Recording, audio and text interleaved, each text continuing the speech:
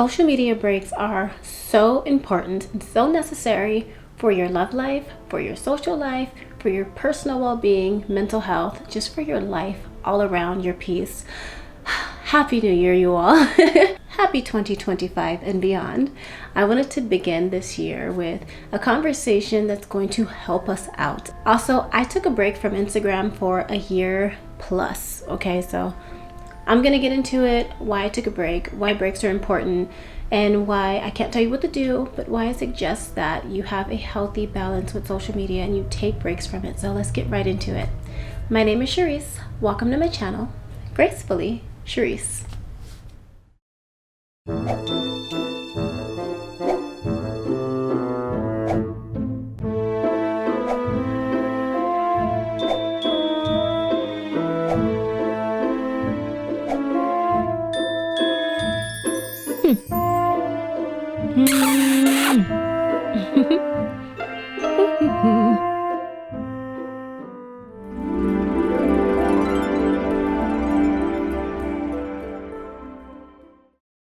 So firstly, let's start off with something that I personally refer to as social media fatigue.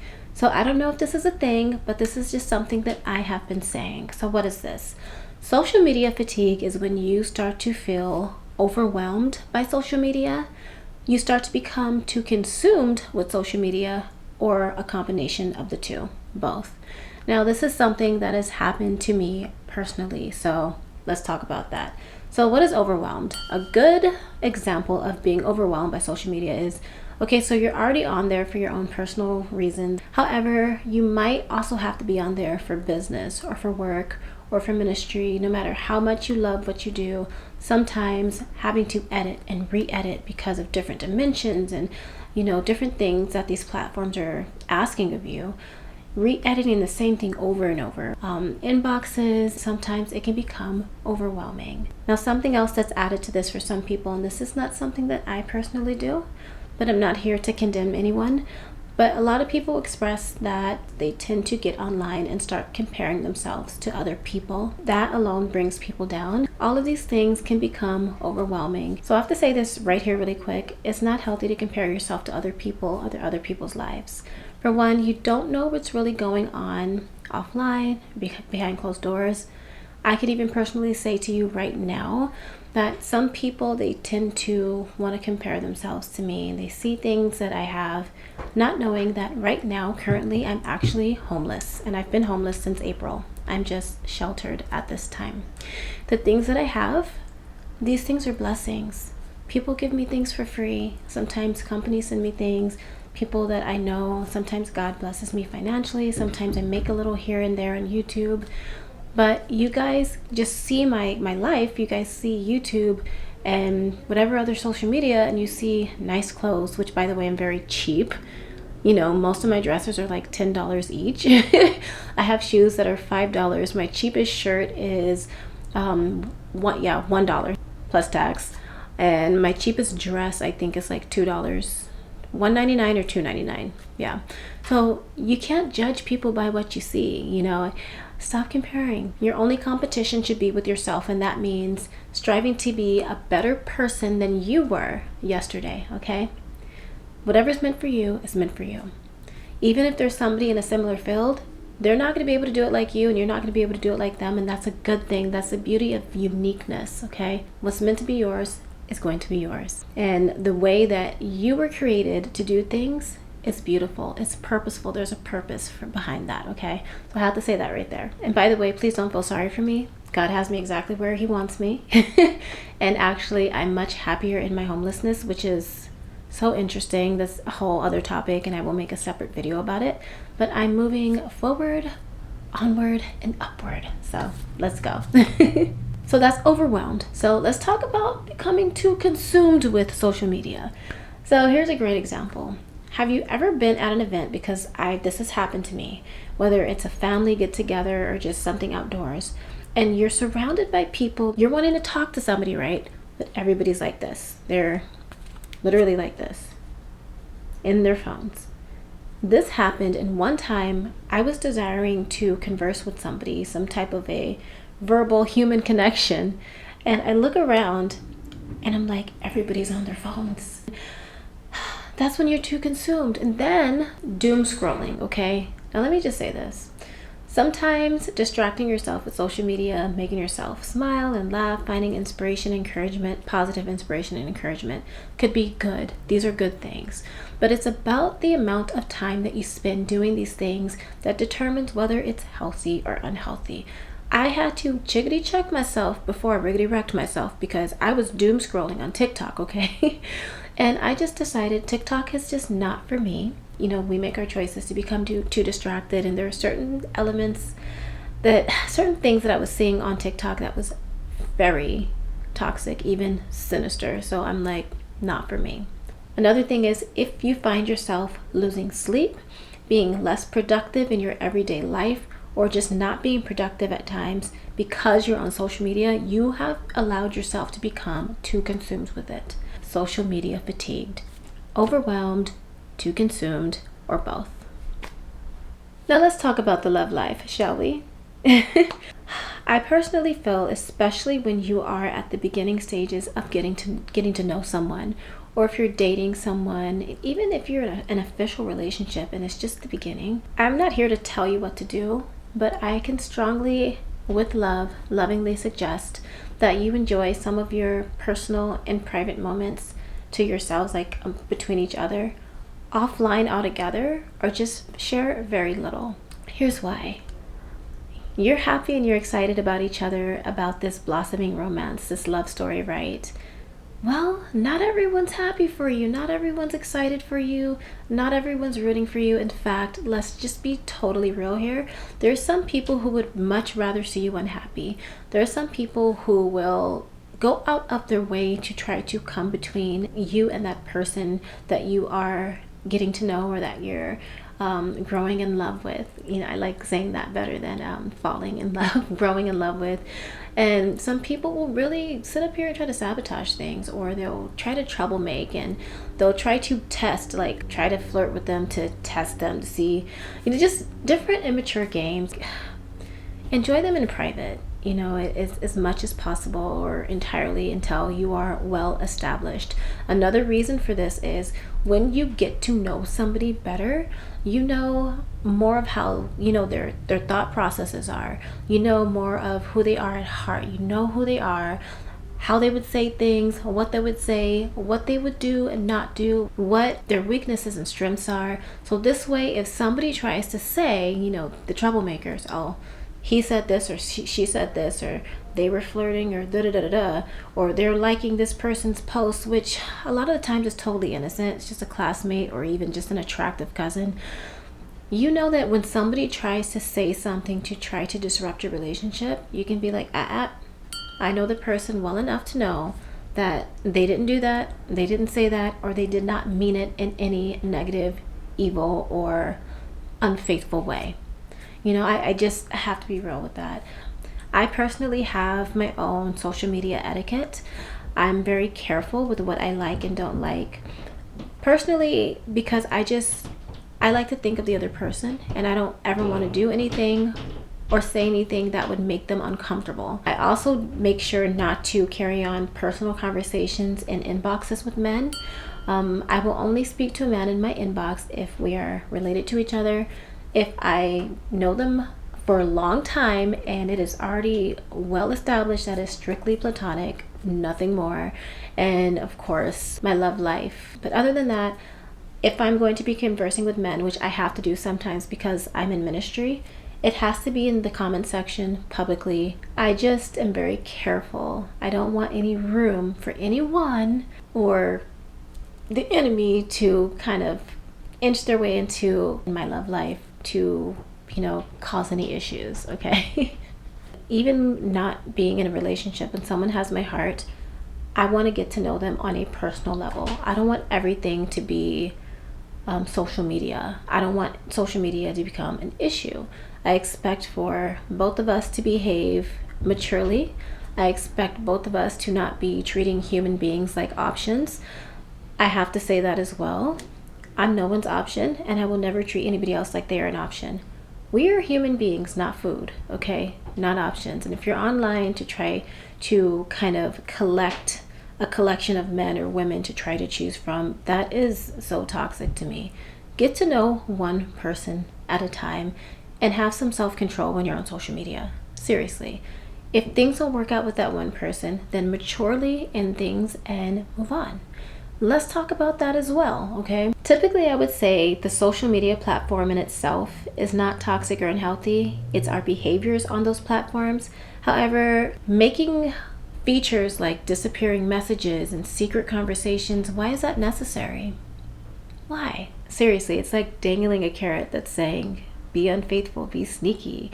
Or I want to put this feature here so that they think you're being unfaithful and they think you're being sneaky. It's just unnecessary. And people have become, and I don't mean this insultingly, but it's just the truth.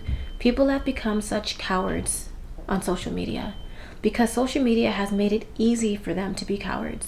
Instead of ending things with people, they ghost people, or they leave people on red, or they use features like turn off read receipts because they want to see what you had to say, but let me decide if I want to talk to her right now. Not in a way where you just need time for yourself or you're working. It's just you're not taking her seriously, but she's taking you seriously. Or you're not taking this man seriously, but they're taking you seriously, right? They're cowards. The communication needs to be personal. I have recently decided, just within the last few days, that I no longer want my only way of communication or my main avenue of communication with anyone who I hold close to me to be Facebook Messenger. Absolutely not. You have to set the foundation for any type of relationship you have, romantic, friendships, family, business. And when you allow your main avenue or your only avenue of communication to be social media, even Facebook Messenger, because it's still directly connected to social media, it's a part of it, starts to feel not as personal and not as intimate. So for me, if I hold somebody closer to me and closer to my heart and closer to my life, and we have, these really deep conversations, I'd rather have it with you over the phone. If I can't see you in person at the time, over the phone, and even text messaging directly from phone number to phone number is much better and much more intimate for me than social media. I know some people are gonna be like, there's not much difference, but it is. Some people are very associating, and so they will associate Messenger with their social media overall, and that's where they keep you at. They put you in that social media box. You might put them in that social media box.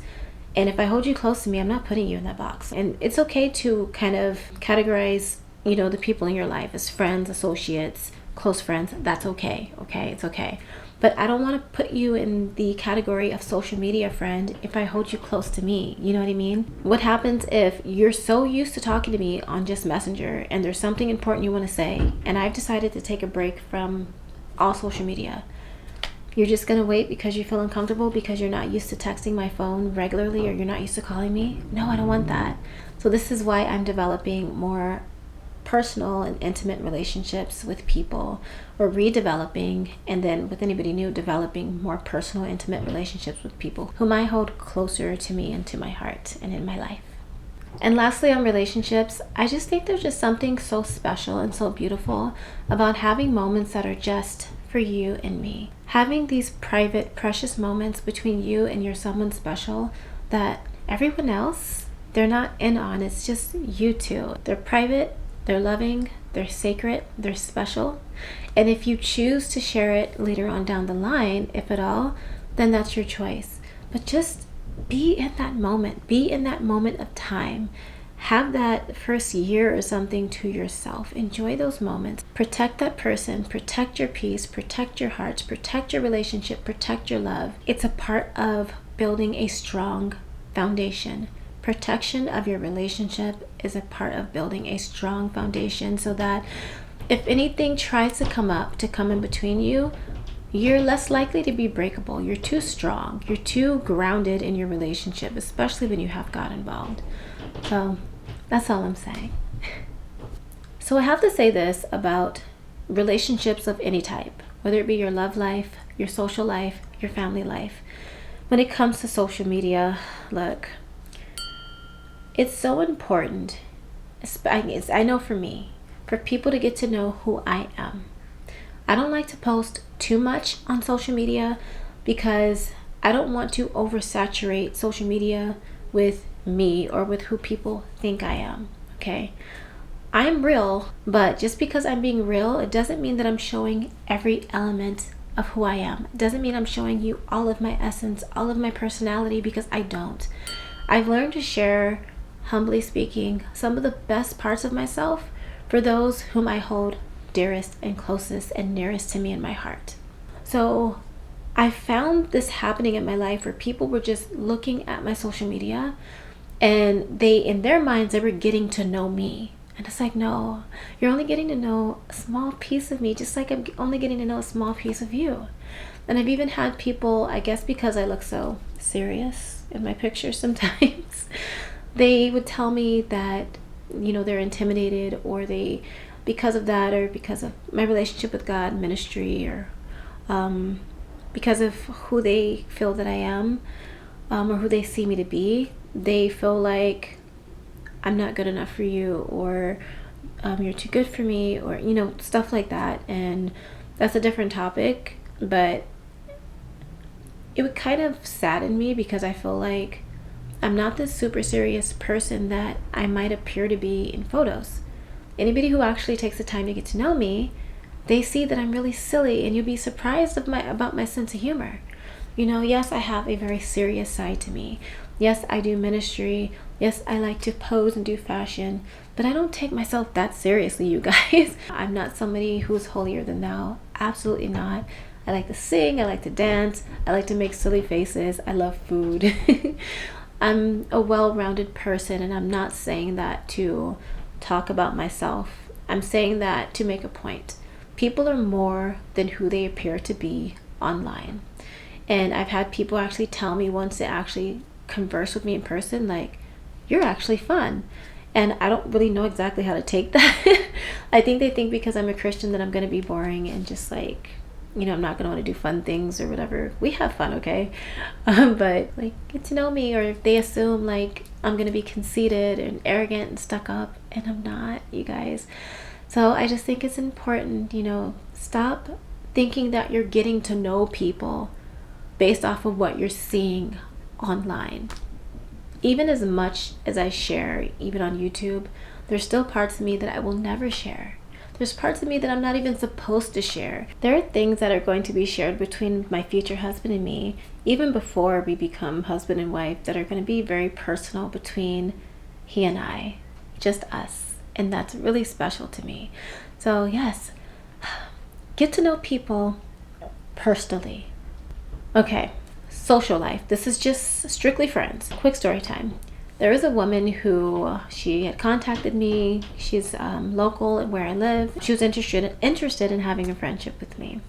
And so she had invited me to church, and for my own reasons, in this particular town, I'm not comfortable going to the churches. I am in ministry, but I've had bad experiences. I was explaining this to her, but I suddenly got sick and I had to be on medication. It was a cough syrup that made me really woozy, and they tell you don't make any important decisions, basically don't have any important conversations, so on and so forth. I would sleep most of the day. But when I would wake up, I would get on every once in a while because I'm just lying there in bed. And I'm like, let me scroll. Every once in a while I'll like something. And I had not responded to her yet. Now, again, to me, this is a more important, more in-depth conversation. So I'd rather have a clear mind to do that. And again, I'm medicated and I'm sick and I'm sleepy. So I'm not thinking straight, okay? It took me 3 days to respond to her, not on purpose, okay? And when I did, you know, I tried to explain to her. She took exactly 3 days to respond to me. And I'm like, okay, we got a vengeful one here. When I explained to her, I was sick, I was asleep, I was medicated. Then she changed her tune, and it was like, oh, okay. And by the way, I decided I don't want that type of a person in my life, so we're not friends. I don't want somebody vengeful in my life. I share this because just because you see someone online, it doesn't mean that they're available to talk. I know that there's people who will be on social media while they're at work. They're not really available to really converse with you or talk to you, but they're just on there for a moment. Again, when you are starting to get to know someone or building a friendship with them, get to know them offline so that when things happen online, you already know them well enough to say, oh, you know what, they're probably just having a moment to themselves. They probably just want some alone time, some me time, and they're just online. I'll just, give them their space. They'll get to me when they can. When the person doesn't reply to you right away or they don't comment back to you right away, you already know that their intentions are not bad. I'm not saying that you should 100% trust people that you're just getting to know, but go into these friendships and these relationships without automatically assuming the worst about them. Give people the benefit of the doubt. Stop letting social media get in between your friendships. Communicate with each other, okay? Okay, communication seems to have dwindled or have been totally lost for some people. Now, lovingly I say this, I'm not talking about people who are shy. And I'm not talking about people who hold stuff in or who have a problem communicating. I'm strictly talking about the lack of communication or the no communication that is induced by spending way too much time on social media. For example, I've gone to the store over the past couple of years. I've gone to the store and I've seen this several times. There will be somebody looking on a shelf or standing in an aisle, and then I'll see someone or multiple people who want to get by or who want to look to, and they just stand there. And they don't only just stand there, but they get mad because the person who is in their way, quote unquote, is not moving. And I think to myself, they don't know you're here. Say something. Say excuse me. People are so used to just being non-communicative because they're like this, they're just quiet, that they don't know how to open their mouths and speak and be polite anymore. And this has been something that has been so shocking to me, seriously. And I'm thinking to myself, what is happening to us? What is happening to the world where we can't just say, excuse me, pardon me, thank you? People are not like they're not communicating anymore because of social media, because of how used to not verbally saying, verbalizing. People have become so antisocial. They become afraid to make friends because they're not used to communicating. Let me tell you something, okay? My birthday just passed. I just turned 39, literally on January 14th, just a couple days ago. And I come from an era where we called each other, we went to each other's houses, we hung out at donut shops at 1-2 o'clock in the morning. We communicated, we enjoyed speaking to each other. I have a cousin, hey Amber, we talk on the phone for long lengths of time. Our record is 8 hours, okay? 8 hours. Because we love to talk, we communicate, and I miss that, I desire that. So this leads me to my next part, my last point. Spend time with each other. Go out to eat. Have certain points of your day where it's like, look, this is dinner time, no phones allowed. Go outside, hang out, enjoy nature, which is God's beautiful creation. Go listen to the birds. It's good for your mental health and your emotional well-being, which I always say is directly attached to your physical health, okay? Having a really good, edifying, uplifting conversation with somebody that means something like special to you, or just from somebody that has a lot of knowledge to offer and wisdom, even if you're not close, that is a much better option than finding yourself doom scrolling, and literally wasting not only your time, but your life, when you could have been wisely spending your time and your life doing something more productive and more fulfilling. Have to get that out. What I've done since I've been off of Instagram, and I will be returning, but this has been a more peaceful year plus for me, is I've worked on me, on myself, and being off of social media, sometimes taking breaks, it gives you a chance to work on whatever it is you need to work on, your relationships with people, your inner work. If you want to work on yourself, become a better person, if you want to grow, if you are trying to start a business, or just go upward in life. Taking a break from social media and not being distracted by the goings on of other people's lives, or is how many people are liking this, and I need to comment back to this and this and that.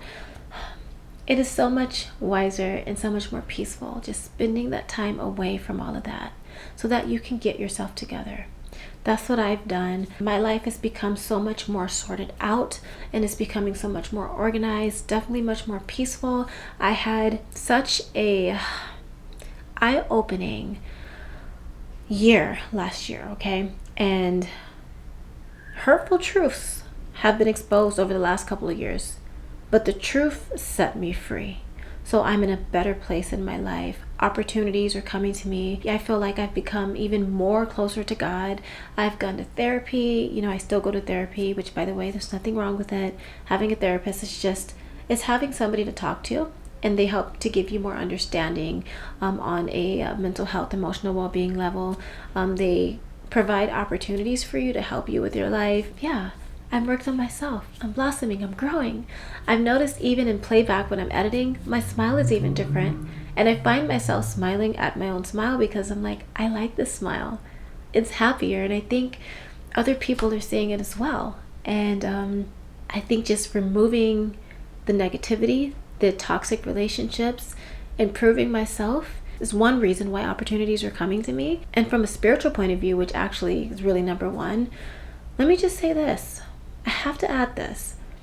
There are some blessings and opportunities that you cannot even have access to as long as you have these toxic connections in your life, toxic relationships, and even toxic mindsets.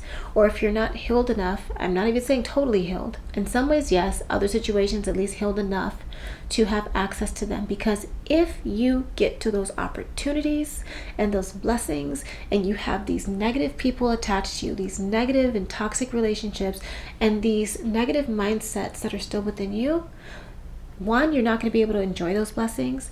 Two, you're not going to be able to fully function to your full capacity and successfully in those opportunities. And three, there are some people who are actually, you know, they would be set to kind of ruin those opportunities for you. Or they're there, you know, to speak negatively to you and bring you down to where you can't really enjoy, or to where you feel like, I'm not good enough for this opportunity or this blessing. So many things can happen, but that's another topic. And on that note, take some time off of social media to evaluate your life. Who's in your life? Who's around your life? Connected to you in your life? Who's in your personal space? And make sure that you have positive people in your personal space and in your life. Make sure that the toxic connections, relationships, even in your family, you know, make wise decisions about those. And I would strongly suggest that you forgive, love them from a distance, but disconnect from anyone who is toxic in your life, abusive in your life, hurtful in your life, taking advantage of you, trying to use you. Personal space. Keep a healthy distance so that you can flourish successfully in this life. Evaluate your life. And you can do that much better when you're not so distracted on social media, even seeing them on social media. Sometimes you need space away from people so that you can think clearly, because if they're always right up under you, always in your face, even online, okay? Sometimes you can't really think straight. You start missing them, and you know, people that you shouldn't be missing and everything. So take the time off of social media, evaluate your life, and strive for a healthier life and lifestyle. And this will lead to a healthier heart, a healthier mind, and even, for some of us, a healthier body. So, this video has been a long time coming. If you're having a more difficult time progressing in life, growing, distancing yourself from people that you need to distance yourself from, healing from things, and also if you're not enjoying your life enough, I would strongly suggest that you take social media breaks. Even if it's a few days at a time, I can guarantee you, you will feel so much more peace. You will find yourself being more productive. You'll start building more closer and more intimate bonds and relationships with people. The relationships and bonds that you already have, they might even become stronger. And for a lot of you, they will become stronger once you learn how to balance personal life and social media. And once you learn how to even separate your personal life from social media in certain circumstances, I can guarantee you your life will feel much more peaceful. And even for a lot of people, including myself, much more happier. That's all. And until next time, do all things in Ooh, not hiccup. Told you guys I don't know how to burp. It just turns into a hiccup or it just gets stuck. Okay, let's try that again. Until next time, do all things in love and gracefully. Bye.